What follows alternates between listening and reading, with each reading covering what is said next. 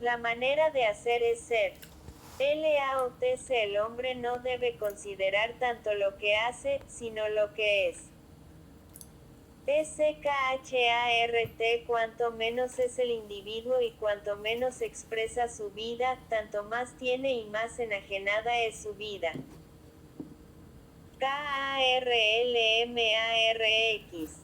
Prefacio. En este libro continúo dos tendencias de mis escritos anteriores. Primero, prolongo el desarrollo del psicoanálisis radical y humanista, y me concentro en el análisis del egoísmo y del altruismo como dos orientaciones básicas del carácter. En la tercera parte de este libro amplío más el tema que traté en Psicoanálisis de la Sociedad Contemporánea y en la Revolución de la Esperanza. La crisis de la sociedad contemporánea y la posibilidad de encontrarle soluciones. Me fue inevitable repetir algunos pensamientos expresados antes, mas espero que el nuevo punto de vista desde el que escribo esta pequeña obra y los conceptos ampliados compensarán a los lectores familiarizados con mis escritos anteriores. En realidad, el título de este libro y los títulos de otras dos obras son casi idénticos. Etre et avoir de Gabriel Marcel, y Haben und Sein de Baltasar Staeli. Estos tres libros están escritos con espíritu humanista, pero cada uno enfoca el tema de modo muy distinto. Marcel escribe desde un punto de vista teológico y filosófico. El libro de Stachelin es un examen constructivo del materialismo en la ciencia moderna y una contribución al Wirklichkeitsanalyse. En este volumen hago un análisis social y psicológico empírico de dos modos de existencia. Recomiendo los libros de Marcel y Staelin a los lectores interesados en este tema. Hace poco supe de la existencia de una traducción inglesa del libro de Marcel.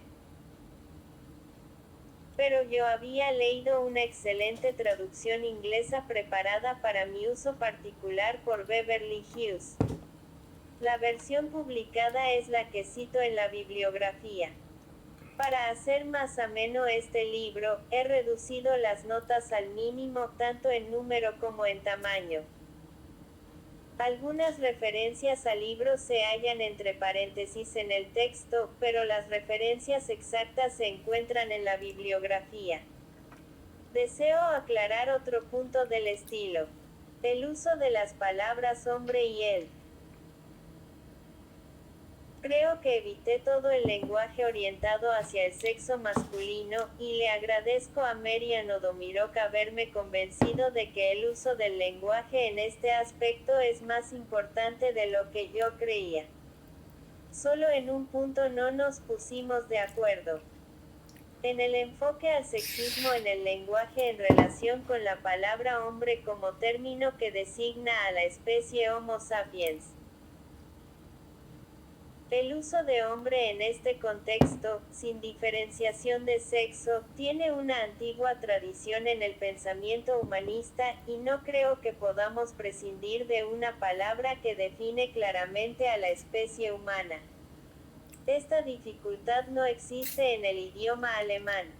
Se emplea Mensch para referirse al ser humano, sin diferencias sexuales. Pero aún en inglés man-hombre se usa de la misma manera sexualmente no diferenciada que la palabra alemana Mensch, que significa un ser humano o la especie humana. Juzgo aconsejable reintegrarle su significado no sexual a la palabra hombre, y no sustituirla por términos malsonantes. En este libro he escrito hombre con mayúscula para aclarar el empleo del término sin diferenciación sexual. Solamente me queda el agradable deber de expresar mi gratitud a las personas que mejoraron el contenido y el estilo de este libro. Ante todo, deseo dar las gracias a Rainer Funk, que me ayudó mucho en más de un aspecto. Las largas discusiones que sostuve con él me ayudaron a comprender algunos puntos delicados de la teología cristiana. Nunca se cansó de recomendarme pasajes adecuados de la literatura teológica. Leyó el manuscrito varias veces, y sus excelentes sugestiones constructivas y sus críticas me ayudaron mucho a enriquecer el manuscrito y a eliminar algunos errores. Estoy muy agradecido a Marian Odomirok porque mejoró mucho este libro con su inteligente trabajo editorial. También doy las gracias a John Hughes, que con mucho interés y paciencia mecanografió una y otra vez las versiones del manuscrito, y me hizo muchas sugestiones excelentes sobre el estilo y el lenguaje. Finalmente, doy gracias a Anis Fromm, quien leyó el manuscrito en sus varias versiones y me ofreció muchas ideas y sugestiones valiosas. Nueva York, junio de 1976. F. Introducción. La gran promesa, su fracaso y nuevas opciones. El fin de una ilusión. La gran promesa de un progreso ilimitado, la promesa de dominar la naturaleza, de abundancia material, de la mayor felicidad para el mayor número de personas, y de libertad personal sin amenazas ha sostenido la esperanza y la fe de la gente desde el inicio de la época industrial. Desde luego, nuestra civilización empezó cuando la especie humana comenzó a dominar la naturaleza en forma activa. Pero ese dominio fue limitado hasta el advenimiento de la época industrial. El progreso industrial, que sustituyó la energía animal y la humana por la energía mecánica y después por la nuclear, y que sustituye la mente humana por la computadora, nos hizo creer que nos encontrábamos a punto de lograr una producción ilimitada y por consiguiente, un consumo ilimitado. Que la técnica nos haría omnipotentes. Que la ciencia nos volvería omniscientes. Estábamos en camino de volvernos dioses, seres supremos que podríamos crear un segundo mundo, usando el mundo natural tan solo como bloques de construcción para nuestra nueva creación. Los hombres y cada vez más, las mujeres tenían un nuevo sentimiento de libertad. Se convertían en amos de sus vidas.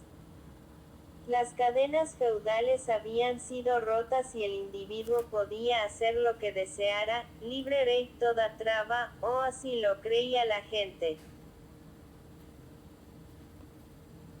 Aunque esto solo era verdadero en relación con la clase alta y la media, sus logros podían hacer que los demás tuvieran fe en que posteriormente la nueva libertad llegaría a extenderse a todos los miembros de la sociedad, siempre que la industrialización continuara progresando.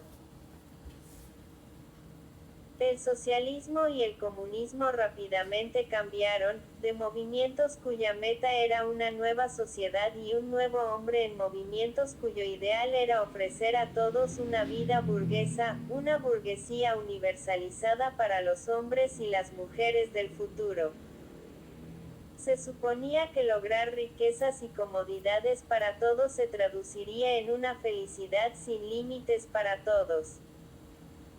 La Trinidad, producción ilimitada, libertad absoluta y felicidad sin restricciones, formaba el núcleo de una nueva religión.